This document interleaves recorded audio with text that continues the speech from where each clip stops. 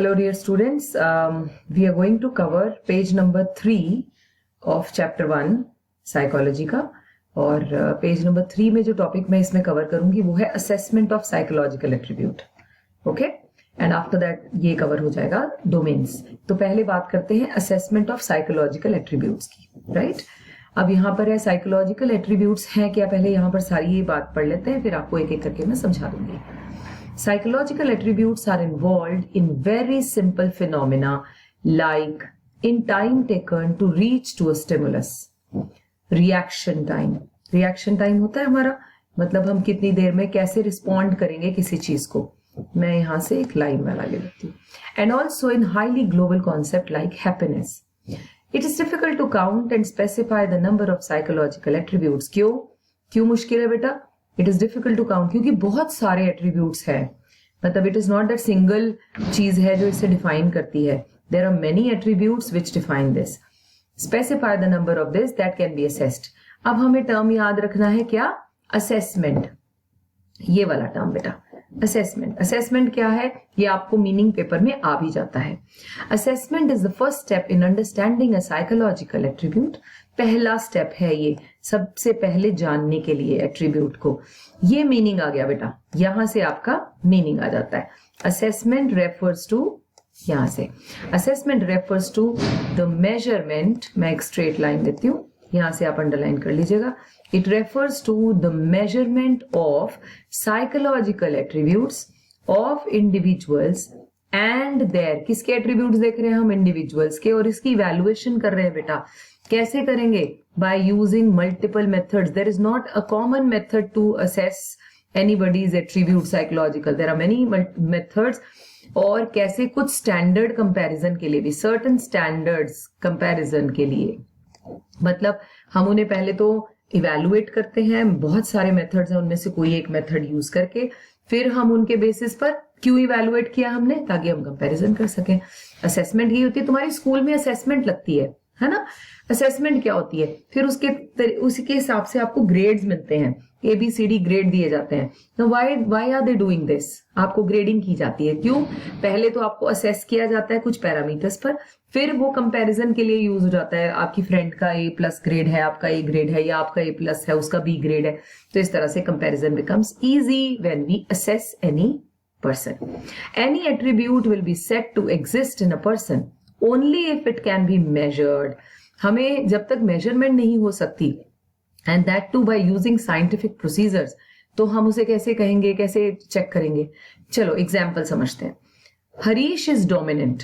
We are referring to the degree of dominance. अभी हम यहाँ पर क्या बात कर रहे हैं? हमें देखना है सिर्फ हरीश डोमिनेंट है नहीं, कितना डोमिनेंट है, उसकी डिग्री। तभी तो कह रहा ना, हम उसके कुछ मेथड से इवैल्यूएट करेंगे फिर कंपेयर करेंगे। नहीं, वो ज्यादा ऐसा था, ये ऐसा नहीं है, कंपैरिजन करा है। तो बोला हरीश डोमिनेंट है, कितनी डिग्री ऑफ डोमिनेंस है।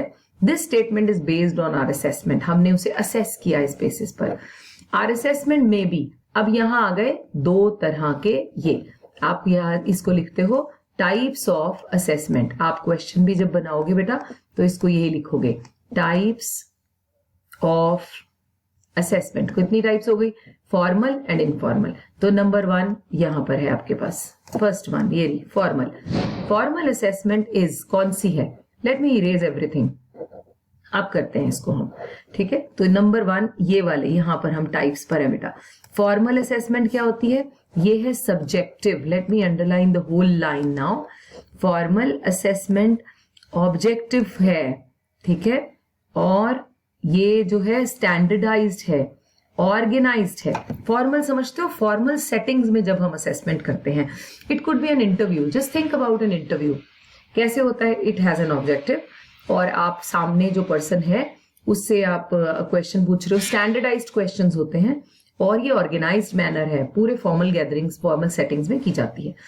इनफॉर्मल क्या है? Informal assessment varies case to case. अब अगर किसी बच्चे की बात कर रहे हो तो आप उसे हो सकता है खेलते हुए ध्यान देना चाहिए, उसको देखना चाहिए कि उसका बिहेवियर कैसा है। एक बड़े पर्सन की बात करो तो उसे काम करते हुए देखना चाहोगे। तो ये केस टू केस वेरी करता है। फीमेल है तो वो घर में रिएक्शन कैसा है, वर्किंग फीमेल है तो ऑफिस में किस तरह से। And from one assessor to another, ये वेरी करता है एक से दूसरे असेसर पर, जो कर रहा है वो भी कैसा है। Therefore it is open and subjective. मतलब ये सब्जेक्टिव कैसे हुआ, पर्सन टू पर्सन वेरी कर गया। ऑब्जेक्टिव कैसे था ये वाला, फॉर्मल, क्योंकि वो तो basically this will not, formal setting में जब इंटरव्यू होती है ना बेटा, तो इंटरव्यू का पैटर्न सभी के लिए कॉमन है। आप बात समझ पा रहे हैं ना। और informal person to person change हो गया, इसलिए इसे बोल दिया it is subjective in nature. Psychologist are trained in making formal assessments. तो जो साइकोलॉजिस्ट हैं उनकी जो ट्रेनिंग होती है वो किस में हो रही है बेटा, they are trained in formal. तो आपको इस बात को, इस लाइन को याद रखना है, क्योंकि ये एमसीक्यू में आ जाता है कि साइकोलॉजिस्ट जो होते हैं वो किस में ट्रेंड होते हैं, किस तरह की असेसमेंट में। तो आप कहेंगे वो फॉर्मल असेसमेंट में ट्रेंड होते हैं। समझ के बात को। Okay, once assessment is done we can use this information to predict how Harish will probably behave in future. अब हमें पता चल गया कि वो एक्सट्रीमिस्ट डोमिनेंट है, तो भाई अब हमें पता है कि अगली बार जब सिचुएशन होगी तो वो कैसा करेगा, डोमिनेशन ही दिखाएगा। We may predict that Harish if given a chance to lead a team will most likely to be an authoritarian. अब हमें पता चल गया है, क्योंकि वो उसकी डोमिनेंस की जो नेचर है वो बहुत एक्सट्रीम है, तो वो पक्का एक टीम को अथॉरिटेरियन लीडर बनेगा। समझते हैं अथॉरिटेरियन, कमांड रखने वाला, होल्ड रखने वाला, डोमिनेट करने वाला। If the predicted consequence is not what we want, we may want to intervene to effect a change in his behavior. बात समझे। If the predicted, अब हमें पता है कि उसके consequences कैसे होंगे, अगर वो नहीं होते, is not what we want, वैसे नहीं है, तो हम intervention कर लेंगे ताकि हम उसको चेंज कर सकें। एटलीस्ट हमें पता तो है उसकी नेचर कैसी है, अगर पता ही नहीं होता तो हम कैसे इंटरवेंशन करते। क्लियर हो रहा है बेटा, समझ आ रही है। The attribute chosen for assessment depends upon the purpose. आप किस पर्पस के लिए, जैसे सपोजिंगली ये कंपनी जिसमें हरीश काम करता है, उन्हें एक काम के लिए एक टीम बनाई है कोई वर्क या प्रोजेक्ट के लिए, and they want a person जो थोड़ा ऐसा ही हो, हरीश जैसा अथॉरिटेरियन, तो वो चूज कर लेंगे उसके एट्रीब्यूट के हिसाब से। अगर उन्हें चाहिए कि एक ऐसी टीम है जहां पर सॉफ्ट लीडर चाहिए, जो पार्टिसिपेटिंग लीडर है वो चाहिए, फिर वो क्या हरीश को सिलेक्ट करेंगे, नहीं। लेकिन ये सब मुश्किल हो जाता अगर उन्हें नहीं पता होता कि हरीश किस तरह का पर्सन है, इसलिए असेसमेंट की जाती है।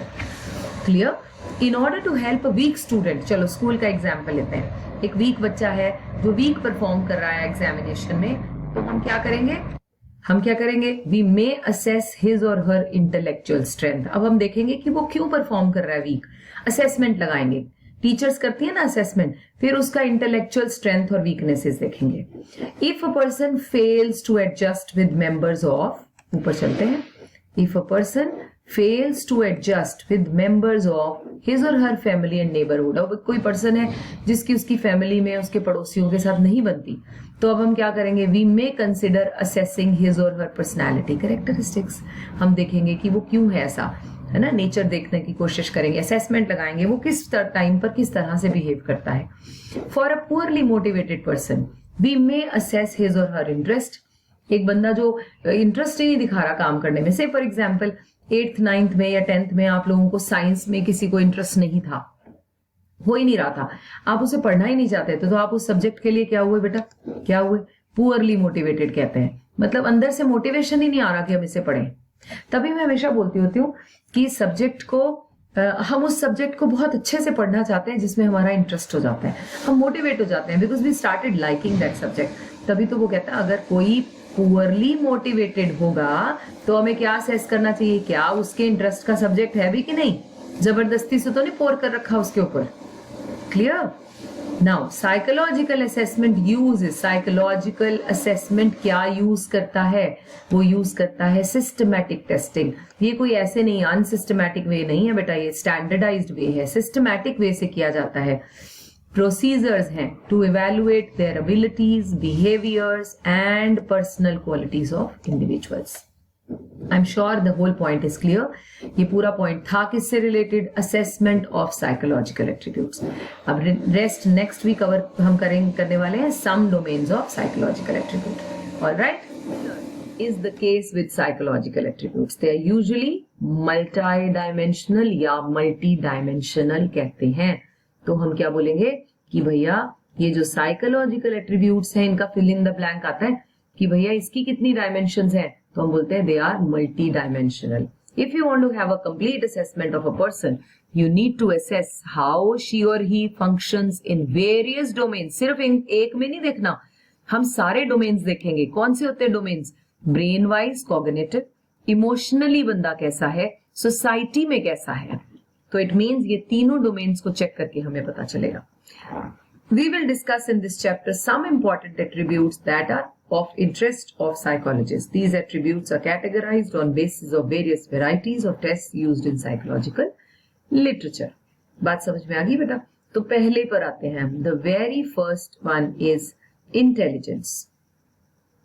Okay, so let's move a little down. यहां आ जाते हैं. ठीक हो गया? अच्छा, let's pick up a pen. ये आ गया जी, the very first one. क्या है? इंटेलिजेंस. ये आप मीनिंग पूरा एज इट इज याद करेंगे. इंटेलिजेंस हमारी ग्लोबल कैपेसिटी होती है. सिर्फ एक चीज का, मैंने कोई एक बात प्रॉब्लम सॉल्व कर दी, या कोई एक रिडल सॉल्व कर ली, या किसी एक बात में घर में कोई बात चल रही थी वहां सजेशन दे दी, तो will I be called intelligent? नहीं. इट्स अ ग्लोबल कैपेसिटी का मतलब समझते हो? Overall intelligence. Overall I mean emotional angle में भी घर में कोई सिचुएशन ऐसी है जहां इमोशनली डिसबैलेंस्ड है सभी लोग, मैं उस टाइम कैसा रिएक्ट करती हूँ. बाहर के लोग आते हैं, मैं उनके साथ कैसा रिएक्शन देती हूँ. मैं जनरली अपनी इंटेलिजेंस कैसी दिखाती हूँ, पढ़ते हुए, किसी से बात करते हुए. तो ये ओवरऑल बात है. कैसे? ग्लोबल कैपेसिटी किसमें? To understand the world. World में सब कुछ आता है. Am I able to think rationally? क्या होता है बेटा रैशनली? रैशनली क्या होता है? जस्टिफिएबली. मतलब हम ऐसा तो नहीं हम फेवर करके बात कर रहे हैं किसी की, ऐसा तो नहीं हम किसी एक पर्सन को की तरफ बायस हो रहे हैं, तो वो रैशनल डिसीजंस नहीं. थिंक रैशनली मतलब उस सिचुएशन में उतर कर एज्यूम करना कि अगर मैं इस सिचुएशन में होती तो क्या सिचुएशन होती, क्या सामने वाले पर्सन को जिसे हम ब्लेम कर रहे हैं वो उस सिचुएशन में था तो सही कर रहा था, ये सब सोचना. And use available resources effectively. अब जैसे हम लॉकडाउन में हमारे पास घरों में बहुत अबंडेंट रिसोर्सेज नहीं थे, बट हाँ हमने उन रिसोर्सेज को, आपकी मदर को देखा होगा अपने घर में, अपने फादर को फाइनेंसेस के साथ देखा होगा, क्या हमने उन रिसोर्सेज का बेस्ट यूटिलाइजेशन किया? हमने सब कुछ घर में बनाया, बट हाँ किसे? With the limit. मतलब हर चीज को ध्यान रखा, वेस्टेज ना हो, ऐसा ना हो, तो वो इंटेलिजेंस कहलाता है. When faced with challenges. अब हमारे सामने चैलेंज था लॉकडाउन. बात समझ में आई बेटा? तो ये सारे कीवर्ड्स हैं. नंबर 1 ये ग्लोबल कैपेसिटी है. हम किस चीज की, हम अंडरस्टैंड कैसे करते हैं वर्ल्ड को, क्या हम सिचुएशन को रैशनली सोचते हैं, क्या हम अपने रिसोर्सेज को इफेक्टिवली यूज करते हैं, कब? जब हम चैलेंज में होते हैं. Intelligence test provide a global measure of a person's general cognitive competence, including the ability to profit from schooling. हम कितना फायदा उठा पाते हैं. जैसे स्कूल जाते हैं कुछ बच्चे सिर्फ फन करने. School is not a place only to fun. Yes, fun is a part of it, but क्या हम अपना वहां से गेन करते हैं जो हम गेन करने आए हैं, जिसके लिए हमें पेरेंट्स ने भेजा था कि बेटा जानो, कुछ नया पता करो, कुछ नया क्रिएटिविटी दिखाओ, पुरानी हिस्ट्री को भी जानो. क्या हम ये सब कर पा रहे हैं? Generally students having low intelligence are not likely to do so. है ना? बहुत जिनकी इंटेलिजेंस कम है वो बहुत अच्छा बिहेव नहीं कर पाते या बहुत अच्छे से ग्रैस्प नहीं कर पाते स्कूल में, बट स्कूल रिलेटेड एग्जामिनेशंस में. But their success in life is not associated only in the paper score. ऐसे समझ लो भाई, ये सिर्फ बोर्ड एग्जाम्स नहीं है या सिर्फ ये पेपर ही नहीं है जो डिटर्मिन करते हैं. फॉर एग्जाम्पल बहुत सारे एग्जाम्पल्स हमारे सामने. 60% वाले लोग हैं जो बहुत अच्छे बिजनेस में, हम कहते हैं ना, जितने लोग मिडिल उसमें रहे थे, एवरेज स्टूडेंट रहे हैं, वो लाइफ में बहुत ज्यादा सक्सेसफुल रहे हैं. सो अगर मैं इफ आई से कि कोई एवरेज स्टूडेंट रहा 60% नंबर, क्या वो हमेशा जिंदगी में भी अपने पीछे रहेगा? नहीं, जरूरी नहीं है. पर उसकी बेसिक इंटेलिजेंस कैसी है वो उसे विनर या लूजर बना सकती है. दूसरा पॉइंट जो हम इस वीडियो में कवर करेंगे दैट इज एप्टीट्यूड. ये एटीट्यूड नहीं है, ये क्या है? एप्टीट्यूड. होता क्या है? ये इंडिविजुअल की पोटेंशियल है. किसके लिए? एक स्किल्स को एक्वायर करने के लिए. से अगर मेरा एप्टीट्यूड इंजीनियरिंग है, ओके, से माई एप्टीट्यूड इज इंजीनियरिंग, यानी मशीन्स के साथ प्यार है, तो मेरी एक्वायरिंग स्किल्स मशीन के बारे में बहुत अच्छी रहेगी, मतलब मैं बहुत जल्दी ग्रेस्प करूंगी उस बात को जो उसके बारे में होगी। हाँ, मेरा I am not good at music, तो म्यूजिक की कोई बात चल रही होगी तो शायद मैं ध्यान से सुनूंगी भी नहीं, क्योंकि माई एप्टीट्यूड फॉर दैट, या मैं एक्वायर ही नहीं कर पाऊंगी, क्योंकि मेरा उसके लिए बेंड, जो बोलते हैं ना मेंटल बेंड, नहीं है। समझ में आ रही है ताजे? Aptitude test are used to predict what an individual will be able to do, मतलब वो क्या कर पाएगा। इफ, सॉरी नीचे चलते हैं, if given a chance, proper environment and training, मतलब अगर उसे प्रॉपर ट्रेनिंग दी जाए तो क्या वो वैसा सीख पाएगा। जैसे मैंने कहा कि मैं मशीनों के लिए मेरा बैंड बड़ा अच्छा है, लेकिन अगर मुझे थोड़ा सा और सिखाया जाए तो मैं बहुत एक्स्ट्रा ऑर्डिनरीली परफॉर्म कर दूंगी, तो इसका मतलब मेरा एप्टीट्यूड उस काम को अडॉप्ट करने के लिए है। A person with high mechanical aptitude, ये देखो वही आ गया, जिस बंदे का मशीनों के साथ प्यार है, can profit from appropriate training, किसमें, इंजीनियरिंग में डाल दो उसको। बोलते हैं ना बच्चों को देख के, कभी कभी बच्चे जब कार खोल रहे होते हैं, तोड़ रहे होते हैं, उसको फिर असेंबल करते हैं, तो बोलते हैं इस बच्चे को तो इंजीनियर ही बना दो। कैसे जज किया उन्होंने भाई, उससे उनको लगा कि शायद इसका मैकेनिकल एप्टीट्यूड है और ये बड़ी जल्दी मशीन इंजीनियरिंग समझ जाएगा। Similarly a person having high language aptitude, जो बड़ी वैरायटी की भाषा बोलता हो, बड़े अच्छे वर्ड्स बोलता हो, तो उसे कहते हैं ये बहुत अच्छा राइटर बनेगा। समझ रहे हैं बेटा बात? तो ये हम क्या कर सकते हैं, what I can do is what is aptitude, right? चलो ये भी कवर कर ही देते हैं हम अभी। इंटरेस्ट क्या है? हम ना बहुत बार कहते हैं इंटरेस्ट और एप्टीट्यूड में डिफरेंस भी आता है बेटा पेपर में, नोट कर लो ये क्वेश्चन को अपने पास। What is the difference between interest and aptitude? Interest है मुझे ये करना, ध्यान से सुननी मेरी बात, मुझे ये करना अच्छा लगता है, बट क्या मैं वो कर सकती हूं, is what is my aptitude. तो बहुत बार बच्चे ना 10th के बाद जब अपनी लाइन चूज करते हैं तो इस बेस पर कर लेते हैं कि उन्हें ये करना पसंद है, बट क्या मैं उसे करना पसंद हो ना, इज समथिंग एल्स। वो हो सकता है मेरा रोल मॉडल उसमें हो, या जैसे बहुत बार मैंने लोगों को देखा है, अब हम ना अपने सीनियर्स को, अपने कजन्स को देखकर सेम लाइन अडॉप्ट कर लेते हैं। मेरे कजन्स जो है सारे कॉमर्स कर रहे हैं, तो मैंने सोचा मैं भी कर लूं, तो मेरा इंटरेस्ट इसलिए बन गया क्योंकि सबसे सुना वो भी कॉमर्स कर रहा है, वो भी कर रहा है। तो क्या, लेकिन क्या मेरा बेंड है कॉमर्स के लिए, क्या मेरा बेंड ह्यूमैनिटीज के लिए तो नहीं है, या साइंस के लिए तो नहीं है, तो वो है एप्टीट्यूड। इंटरेस्ट मतलब मुझे करना अच्छा लगता है, राइट? सो इंटरेस्ट ये इंडिविजुअल की प्रेफरेंस होती है फॉर एंगेजिंग इन वन और मोर स्पेसिफिक। अब इंटरेस्ट हमारा बहुत लाइंस में हो सकता है, मेरा इंटरेस्ट सिंगिंग में हो सकता है, मेरा interest at the same time मुझे मैथमेटिकल लॉजिकल बातें बड़ी अच्छी लगती हैं, मुझे at the same time space के बारे में जानना बड़ा अच्छा लगता है। अब मैं क्या बनूं बताओ, अब इसमें तो कुछ नहीं पता चल रहा। तो इंटरेस्ट बहुत सारे हो सकते हैं। तो कैसे करते हैं फिर? तभी तो करियर काउंसलर्स या एजुकेशनल काउंसलर्स के पास जाया जाता है और पूछते हैं ये तो बहुत सारी चीजों में इसका बेंड है, हम इसे डालें किसमें, ताकि ये बहुत निखर के इसको समझ में आ जाए इसका एप्टीट्यूड क्या है। बात समझ में आ गई difference Raje? So assessment of interest of students may help. अब असेसमेंट टीचर भी बहुत बार देख लेती है क्लास में पढ़ाते पढ़ाते कि मैंने देखा है कि ये ना ये वाली लाइन में अगर आप इसे डालेंगे तो बहुत अच्छा करेंगे। Although they are not expert in that, but yes इतना एक्सपीरियंस के साथ कह पाते हैं। So interest of students may help to decide what subjects और courses they can pursue comfortably and with pleasure, मतलब जो इनको आराम से समझ आए। Knowledge of interest helps us in making choices. हाँ, नो डाउट अबाउट इट, अगर आपके 8 सब्जेक्ट थे क्लास 10 में तो आपको कोई 2 या 3 पसंद थे, तो आपको चूज करने में आसानी हो गई कि इन 3 में से मैं क्या करूं। बच्चों बात आ रही है क्लियर? तो आपको चॉइस करने में दैट प्रमोट लाइफ सेटिस्फैक्शन। अब मुझे वो काम करके बड़ा अच्छा लगता है, ऑफ कोर्स मेरी लाइफ में सेटिस्फैक्शन कैसे बढ़ेगी, मेरी परफॉर्मेंस कैसे होगी बच्चा, जब मुझे वो काम करूं जो मुझे पसंद हो। तो इंटरेस्ट मीन्स मुझे ये काम करना पसंद है। Then comes fourth one, personality. क्या होती है पर्सनैलिटी? हमने यहां वर्ड लिखा हुआ है जी, enduring characteristics of a person, मतलब जो उस बंदे को उस बात से जाना जाए। एंड्योरिंग कैरेक्टरिस्टिक्स जो विजिबल हो, दैट मेक हिम और हर डिस्टिंक्ट फ्रॉम अदर्स। मैंने बोला ना विजिबल हो, जो दूसरों से अलग करता हो। Personality test try to assess an individuals. देखो हमने बोला था कि हर इंडिविजुअल क्या है, यूनिक कैरेक्टरिस्टिक्स कैरी करता है। अब उसी यूनिकनेस से उसे पहचाना जाता है. For example, whether one is dominant और सबमिसिव, आउटगोइंग और विड्रॉन, मूडी और इमोशनली स्टेबल.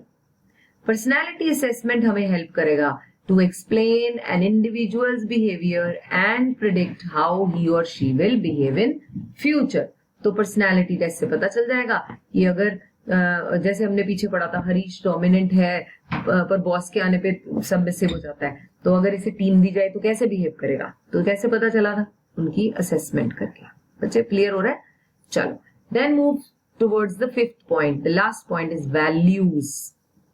वैल्यूज क्या होती है हमारी?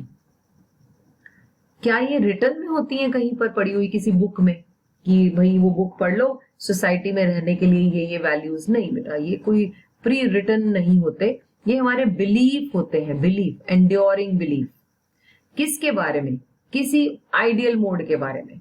मतलब अगर मंदिर गुरुद्वारे जाना है तो हमें सिर ढक कर जाना है. हमारे बिलीफ है कि क्योंकि हम गुरुओं के पास जा रहे हैं तो हमें सिर ढकना चाहिए. आइडियोलॉजी क्या कहती है? सभी लोग ढकते हैं, है ना. ऐसे ही कोई बड़ा घर में आया है तो हमें उनको ग्रीट करना चाहिए, मे बी सेइंग हेलो और नमस्ते और समथिंग.